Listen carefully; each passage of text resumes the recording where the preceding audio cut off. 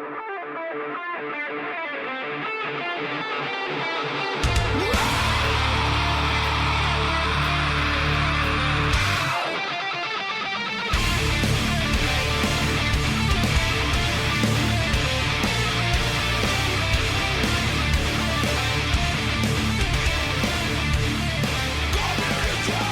right, here we go. Today is Wednesday, April 27th, 2016. This is episode 158 of the Defensive Security Podcast. My name is Jerry Bell, and joining me tonight is Mr. Andrew Callett. Hi, Jerry. How are you this fine Wednesday evening? Super duper. How are you?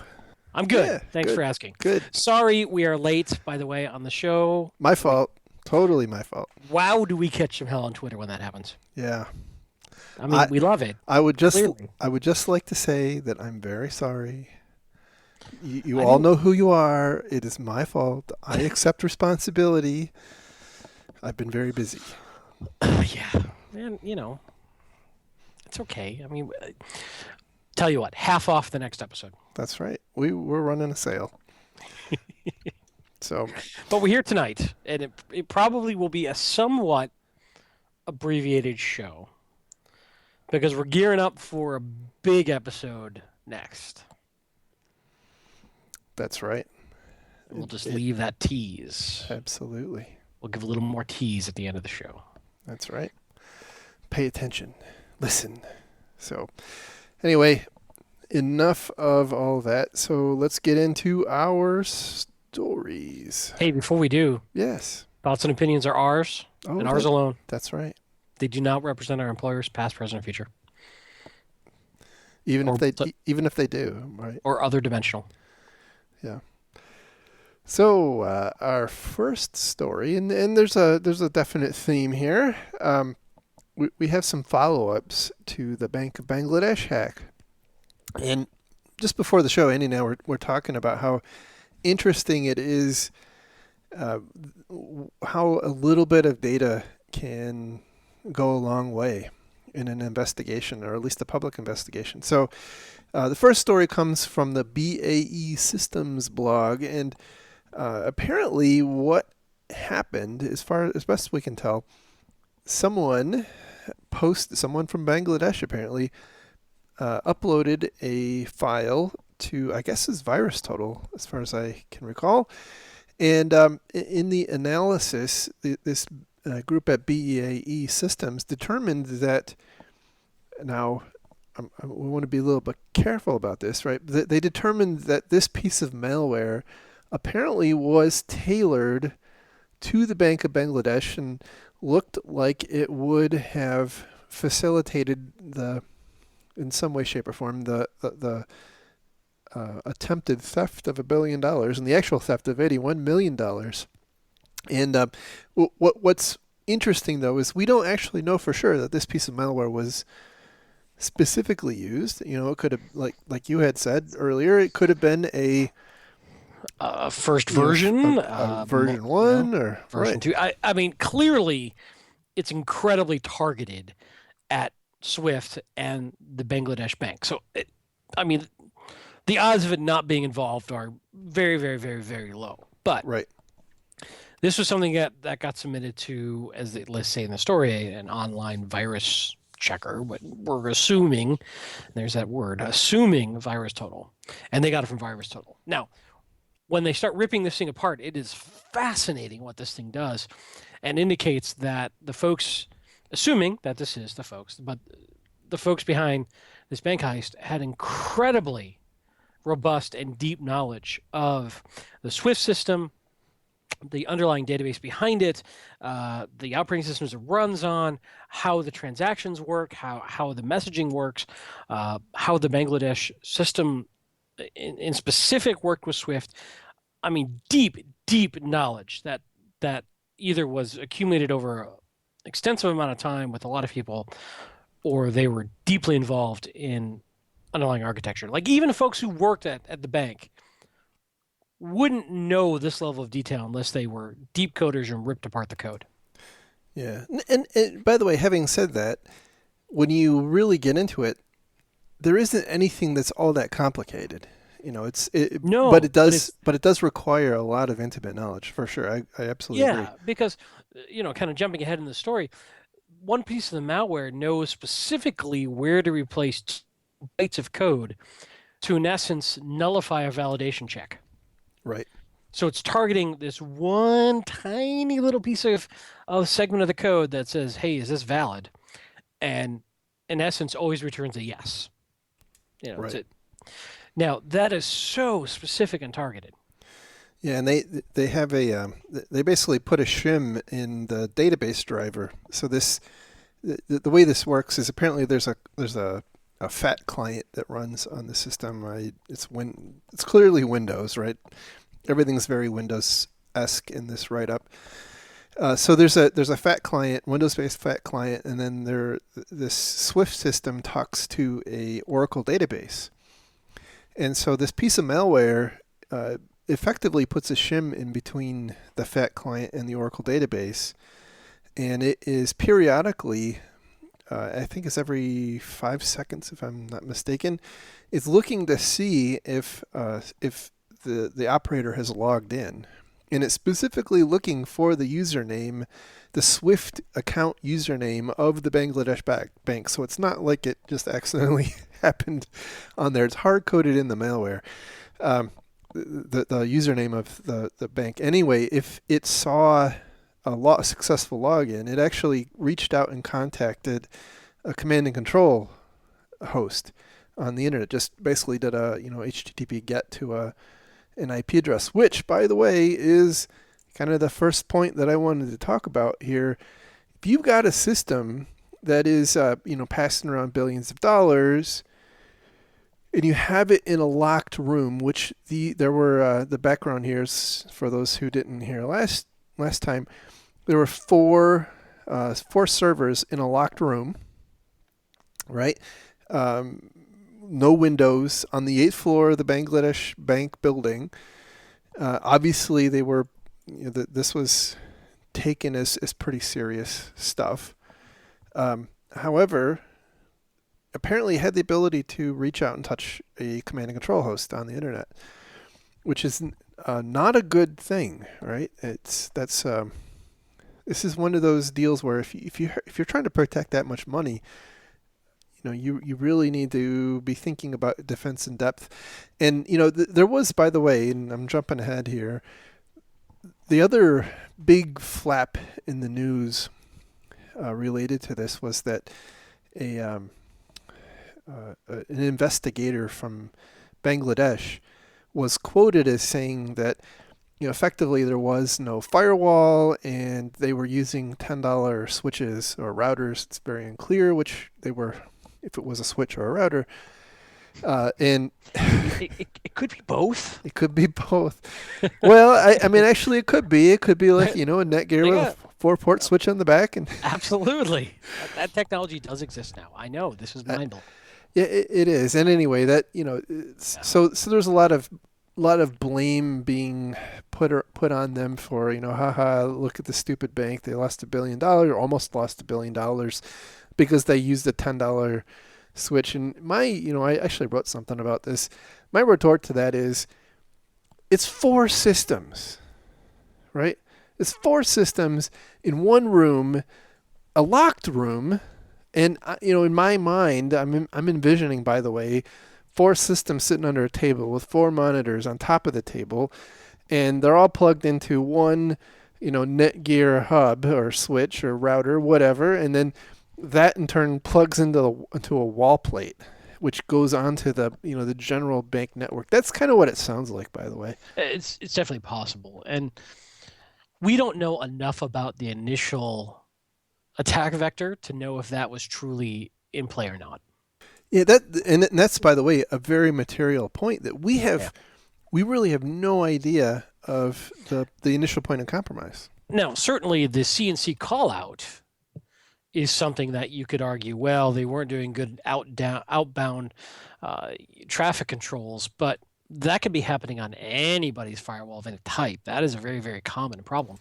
Yes. And again, I got to be honest, with something of this level of sophistication that we're seeing in this code, I think they would have found a port open outbound most likely. Well, I mean that's true. I guess my where I'm at is, if I were doing this, right? If someone said, "Hey, we want to do this and we want to do it on the cheap," right? I would take that $10 Netgear router, and I would not allow anything inbound, and I would not allow anything outbound except to the explicit place that thing needs to go. I'm assuming it has to talk to some Swift server off in the cloud somewhere, and it probably has no business talking to anything else. And I can only assume, by the way, that that thing being in those four systems being in a locked room probably offered an attractive place to go and surf things that were maybe not allowed on the rest of the network. So Yeah, I mean, let's be clear. They're going after $1 billion. It probably would not be out of the realm of possibility to get a box on the environment with a 3G dongle if I really needed to get in and out. oh, absolutely. Yeah, I mean, there's a bunch of different ways to get around this. This was a well orchestrated, kind of Ocean's 11 type Yeah, I was thinking thing. that. It's impressive, and when you read through the rest of the breakdown of this malware, and again, let me be very clear because this is getting lost in the news. There's an assumption that this is the malware that was being used. It's probably a safe assumption because it's so specific to this particular environment. But we have no confirmation that this malware was found live in this environment. This just came from, we think, VirusTotal. But okay, with that being said, these guys were smart. They knew that every time a transaction was done over the Swift network, a hard copy was printed out of a local printer. So they knew to manipulate that as well. They were able to overwrite and change the printouts to be whatever they wanted them to be, so it didn't show the fraudulent transaction. Because part of what's going on here that we didn't fully explain is that when it would capture the credentials and then talk to the CNC, when they were doing the actual transfers, they were then covering their tracks. So it wasn't a, hey, we got the transfer, great, go away. They would cover their tracks so that there was very little evidence that that transfer actually happened, which is, by the way, how this whole story started, which was Bangladesh Bank went to the U.S. Fed and said, hey, where's our money? Yeah. Have you seen our $81 million? It was just here a minute ago. And so anyway, they back to this printer thing, they know how to overwrite that and then change it. But it's so specific, it actually calls out a specific printer model by name. Right. The HP LaserJet 400 M401. Yes. Not a sponsor. By name in the actual malware. So clearly incredibly targeted if this was the malware in play. Yeah. And what doesn't sync well in this story, by the way, is the orchestration that went into producing this piece of malware, which was apparently used. I mean, we'll just assume for the time being that it was the malware used to facilitate this crime. It doesn't. Whoa! Alleged crime. Watch it, buddy. Well, we know there was a crime. Okay, that's true. They're trying to get us sued. I don't think there's any doubt. Our that there was a lawyers crime. are still drinking in Tijuana. Be careful. That's true. We do have to be careful. What doesn't sync well is the fact that the whole reason this was caught and it wasn't $951 billion stolen, and it was only $81 billion, was they made a spelling mistake, and a really bad spelling mistake in one of the transactions. And I'm having a really hard time wrapping my head around how that. I mean, I guess maybe it's a different team. Every organization has a bell curve of talent. All right? Yep. And certain people get assigned different jobs. And all the bad guys have the same Peter principle. They rise to their level of incompetence. Well, it is true. They organized crime now, right? Maybe somebody on the bad guy team had this crisis of conscience. And it was intentional. And he Hey, you know, could be. that's an interesting theory, my friend. He was like the bad guy bank heist version of Snowden. Wow. That's my theory. He just derailed the whole train. Speaking of derailing train, the trailer for the Snowden movie came out today. Yeah. And if you take any reference to the CIA and replace it with Facebook, trailer still works perfectly well. Plot flows perfectly. Just saying. Nice. I will have to go watch that now. Especially when you remember that for a while the Facebook app on phones like had the mic on all the time. Do you remember that? Did they turn that off? Yeah, I think. Well, I hope so. I don't know. Where's Oh, my okay. phone? I didn't think they turned that off. Okay. Anyway, back to Bangladesh. Yes, yes. So yeah, typo in the code. That's an interesting point. Well, and by the way, I'm assuming that the transactions were not hard coded. I think what my read of the kind of the situation is that this piece of malware was planted somehow on one or more of these systems. It watched for someone to log in. Once that person logged in, it beaconed out to the command and control, and from there it gets a little nebulous as to what happened. I'm assuming that the command and control then pushed down some instructions on the transactions, because that had to come from somewhere. It wasn't in the malware. Those transactions weren't in the malware. So I'm assuming that the actual transaction details were being fed to it through a command and control host. And so maybe there was a data entry person on the other side who did have, either they had reached that, their Peter principle level, or they did have that crisis of conscience. Or they were drunk. Well, I mean, It could have been autocorrect. Damn you, autocorrect. Foundation? I don't know. So, they're just going to have to console themselves with their 81 million. Yeah, it sounds like, by the way, that the Philippine police have been driving a van around and picking up, just like literally picking people up off the street related to this damn thing. So, Was it you? Was it you? Was it you? so Shaking up for bitcoins. yeah, that's right. So so that kind of dovetails to our next story, which is from ThreatPost, and it heavily relies on the one we just talked about, but it also ties in that $10 network switch discussion, which I think that does deserve some additional discussion, because I really think that, and I said this online, that the problem wasn't the $10 network switch.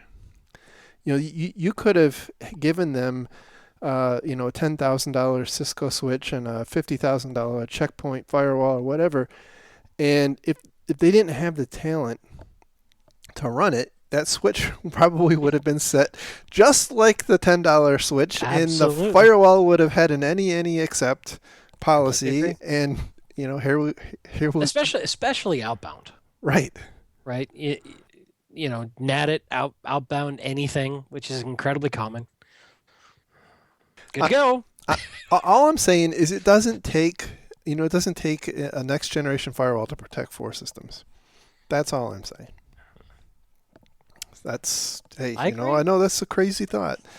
Here's the other thing that I did want to make really quick, which was, if you go back and you look at the malware, how it was covering its tracks, this is a fundamental thing to get your head around, which is that once that box is owned by a smart enough adversary, you can't trust a damn thing it does or says. Yes. So all of their checks and balances of, we'll also print out a thing that tells us stuff. Can't trust that, right? So if you're truly trying to build some check and balances, you've got to keep in mind, what if this box was owned at a kernel level and everything in this box was being manipulated? How would I still double check what's going on and know about it? Right. Yeah, and in that particular case, you really wouldn't want something out of band. I mean, it blows my mind that there's this much money flowing through this system, and there apparently isn't a lot of additional control beyond that printout. And so it seems fairly rudimentary, and it was designed, I would say, without a modern view of threats in mind, and that's a really big problem. And actually, that the next story we had, and I know we're bouncing all over the place, comes from CSO, and this one, the title is "Swift Banking Network Warns Customers of Cyber Fraud Cases." And they actually indicate, apparently Swift sent out a notice saying that there have been a number of recent incidents involving similar types of activities to what happened to the Bangladesh bank, which we don't really have any information about any of the other attacks. However, it kind of leads one to think that maybe maybe this is a part of a broader campaign. It's kind of makes sense that an organized crime syndicate that would spend that much time tailoring something would go off and... Or it's carefully crafted PR legal spin. Well, I mean, that's certainly possible as well. I'll just be cynical for a moment. But no, I would agree with you. And Swift, at a fundamental level too, is under attack here for the integrity of their system. I'm sure a lot of banks who use it are looking at the Swift system and the software going, what the heck, guys? Yeah. But I think that, to their credit, there isn't any indication that the back end of Swift has been compromised. It's all at the end point. But I think the challenge is that the fundamental design relies very heavily on the integrity of the endpoints, and that kind of relies on people or organizations like the Bank of Bangladesh having robust controls, which was, as it turns out, a bad assumption. Yeah, and if we go back to the original breaking of this story, there was some finger pointing going on that now makes more sense, where the Bank of Bangladesh was going, Fed, or whoever it was who was holding their money, you guys suck. And they went, nope, not us, you. And now this is starting to make more sense. Somebody on your organization came to us with valid commands and valid passcodes, and everything was valid, so it wasn't us.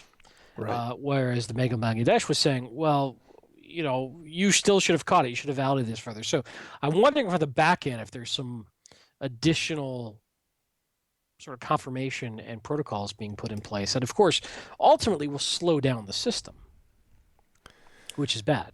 Yeah, possibly so. I have. It's not hard to think that if you are something of a layperson banker, and you have a piece of software that is running on a computer in a locked room, and anytime you make a transaction, it prints out a line that seems like it gives you a lot of, it seems like it should be pretty reliable, right? It should be pretty airtight. And I don't think so. I saw Ocean's 11. Well, I think no, right now, I get what you're saying. right now they're seeing the error of their ways, but I think that it's not hard to get to the point where there was a misunderstanding, where the SWIFT network and the Federal Reserve Bank in the U.S. was saying, oh, you need to have certain precautions in place, and these, at least the Bank of Bangladesh and possibly others, were saying, holy cow, this seems like a really robust system. Let's just slap it on the old network, and I wonder if Swift ever published any sort of security guidelines for their systems. I don't know. Well, I know that there was another story I read which said that after the break-in, some delegates from the Federal Reserve Bank went to the Bank of Bangladesh and left them with some actions to take to correct their network security. And they didn't go into any additional details, but there was I think a comment from one of the bank employees saying something like, it would have been good if they would have told us that before, or So, something like that. When there's $81 million missing, people are going to get a little defensive. Yeah, yeah. But I think I think it is interesting to point out that here is an example of an attack that is relatively well orchestrated. I think it's probably pretty likely this was not a state-sponsored attack, right? And there are certainly a lot of details we don't know, like how did it get there and who's really behind it, and some of those other questions. But Well, define state sponsored. I mean, to be very fair, there is a possibility that this could be used to fund, terrorist organizations, separatist organizations. There it's a lot of money, right? I mean, it could just be straight up criminal gangs and organized crime. Uh, but you know, no, I guess my point is we in the past we have heard about attacks of this sophistication requiring the funding and backing oh of sure, a nation. That right, it would like North Korea, this would not be possible without the right? backing of a nation. And here's an example, right? And now I know that not everybody, and probably most people listening to the show, aren't protecting banking systems that are transferring around billions of dollars at a time. Maybe some Hey, are. speak for yourself, Bucko. I knew there was something up with you. Um, but that I think the point is that this type of these types of tactics are going down market, and we just the world is changing really fast, and we've got to adapt.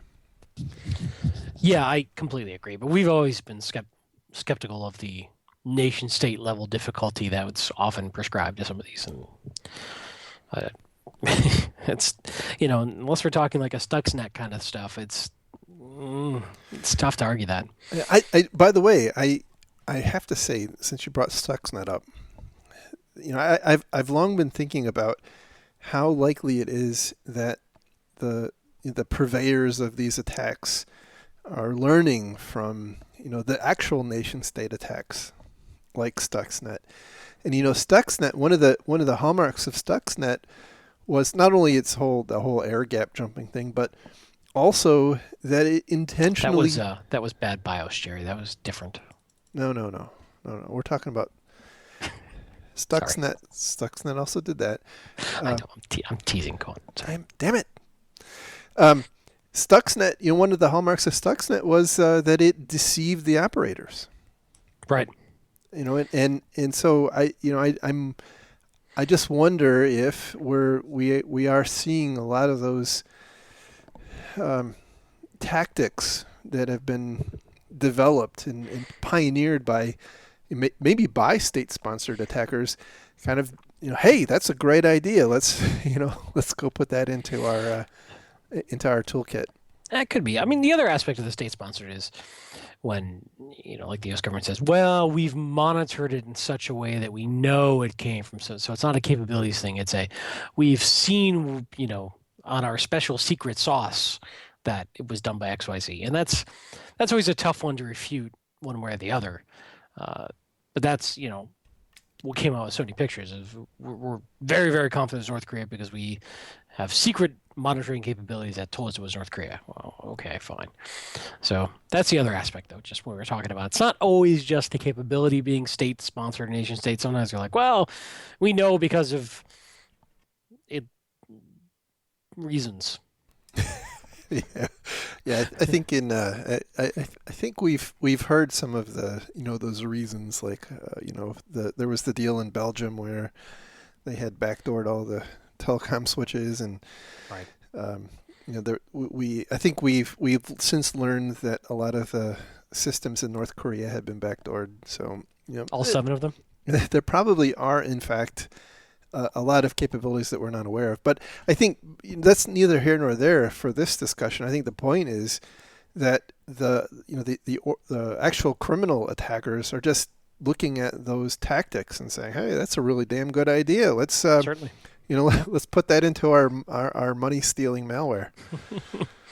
Absolutely. I mean, this is why it's an arms race. It always has been. It always will be. Yeah. So So interesting. I know we're spending a lot of time on Swift and bank robbery, and probably most of our listeners aren't in the position to even worry about this sort of thing. But it's interesting that yeah, the methodology and the level of sophistication that they went to for this particular attack. my fear, by the way, is in this particular case, it was obvious. It was painfully obvious because while $1 billion was just about to walk out the door and $81 million did, I mean, you can't get away from that.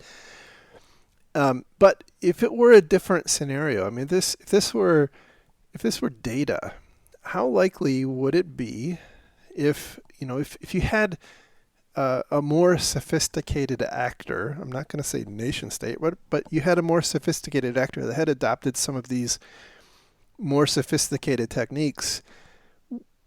It's a rhetorical question, I suppose, but how often does this stuff happen that we have no idea, right? Yeah. Because if someone steals all your data and they clean up after themselves, and nobody, like, they don't post it on Pastebin or dump it at some journalist's feet, you may never know. Right. And they knew here because money is, not duplicatable in theory. It was gone, right?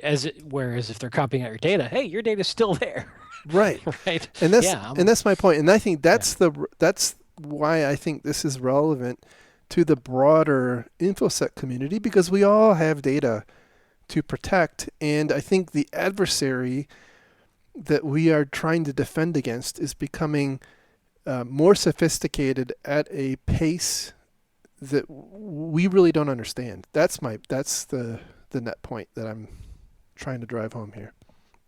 Well, that's depressing. I know, it just says that we gotta take a step back and say, okay, well, what are we going to do different? Because they're not going to slow down. Yeah, so that's true. Our last story for tonight comes from the Register, and this was an interesting turn of events. So Facebook announced that they have a bug bounty, right? So one of the bug bounty hunters named Orange Tsai, who's a lady who works for a company in Taiwan. She did a lot of work to kind of map out Facebook's corporate network, and found a server that was running a piece of software which was known in the past to be pretty buggy. The software was called the Accellion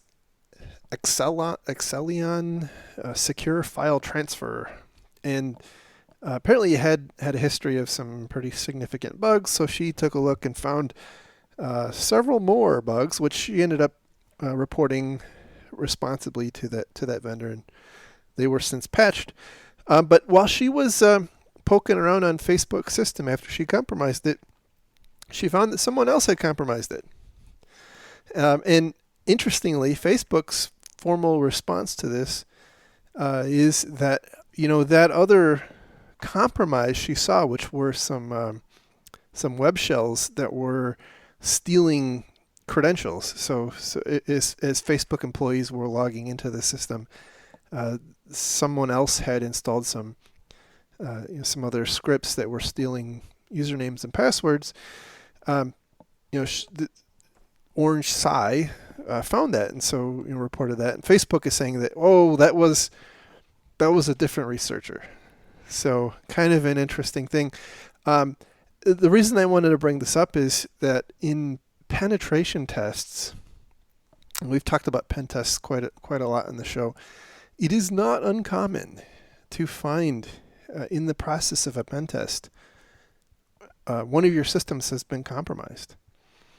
And the thing I wanted to bring up is, if you do have a pen test regiment, you should probably think about some kind of a protocol of how you want your tester to act if if they do find something. So in this in this particular case, the timing is not really clear to me, but the initial stories were that, oh my gosh, this bug bounty person had found, that a server she was, testing had been previously compromised. So that kind of tells me that, maybe things got a little out of order, and that's probably not how you want things to go. So it's something to think about as you engage a pen tester. Yeah, indeed. In this case, I think it was more coincidental bad timing, right, than anything. But yeah, I agree with you. Yeah. So anyway, good read. I will say, assuming Facebook's description of the events are true, they say that they were aware that this piece of software was pretty buggy, and they had actually isolated it, and so they were pretty confident that it had really didn't have any ability to compromise other parts of their network. So likely story. They give themselves, in the article, they kind of give themselves a high five for yeah, it's interesting. Like, since we didn't write it ourselves, we put it off in a corner and isolated it. So apparently their entire environment is wholly in-house written. That's kind of what I took away from it. So there seems to be a big important story we're not talking about here, Jerry. Yeah. Well, it's the in InfoSec land, it's the most wonderful time of the year, which of course can only mean one thing, and that is the Verizon Data Breach Investigations Report was just dropped on us like a lead balloon, and I still have not progressed past page 20 of 84. So well, words are hard. I know they are big words. Reading is tough. So here's the gig. Here's the plan. We're going to devote an entire episode, a full show, to the DBIR. That's coming right. up next show. That's right. Which will hopefully be this weekend. Should be on time. No promises. We're busy. So yeah, we got to do a lot of studying, take a lot of notes, and then give you our take. Our special take. It looks only we can. Looks like a good one though. Definitely give it a read if you. And apparently, there's a wee bit of controversy. And there is some controversy, which we will definitely be covering. Yes, indeed. Some of the analysis and investigation techniques are a little controversial, and we'll talk about that. Tell your friends, gather the puppies. It'll be like a fireside chat. That's right. Gather around the radio box. Listen to us tell a story about the DBIR. Uncle Andy's going to tell a story. Get off my lawn. When I was a kid, we didn't have data breaches. We had pies stolen off of windowsills. That was it. You done? Yeah, I suppose. All right. Well, thank you very much. We will talk again soon, actually, hopefully. And thanks to everyone for, again, for the comments on iTunes. Hint, hint. Definitely subtle. Love those. As you mentioned before, thank you to the people who have donated to our Patreon campaign. That is awesome. Helps keep the lights on our website. And if you have any thoughts or opinions on the show, give us an email to info@defensivesecurity.org. You can find links to the stories we talked about tonight and all of our back episodes and links to previous stories on our website at www.defensivesecurity.org. You can follow the show on Twitter at DefensiveSec. You can follow Mr. Kell on Twitter at Lurg and me on Twitter at MaliciousLink. And with that, we will talk again soon. Bye. Have a great week, everybody. See you. Bye. Bye-bye.